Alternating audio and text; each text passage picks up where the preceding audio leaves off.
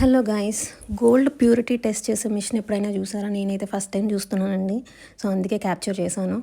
So మేము ఒక pure 24 biscuit అని వేరే షాప్లో తీసుకున్నది లలితాకి తీసుకెళ్ళాము. సో ఇక్కడ మనకి చూస్తే వాళ్ళ ఒక మిషన్ ఉంది. ఈ మిషన్లో గోల్డ్ పీస్ అయితే పెడుతున్నారు. మనం తీసుకెళ్ళిన బిస్కెట్ పెట్టిన తర్వాత దాన్ని సిస్టంలో రీడింగ్ చెక్ చేస్తున్నారు అనమాట. సో మేమైతే యాక్చువల్గా 24 బిస్కెట్ అంటే 99.9 రావాలంట. బట్ 99.0 రేంజ్ అంటే 99 వస్తుంది.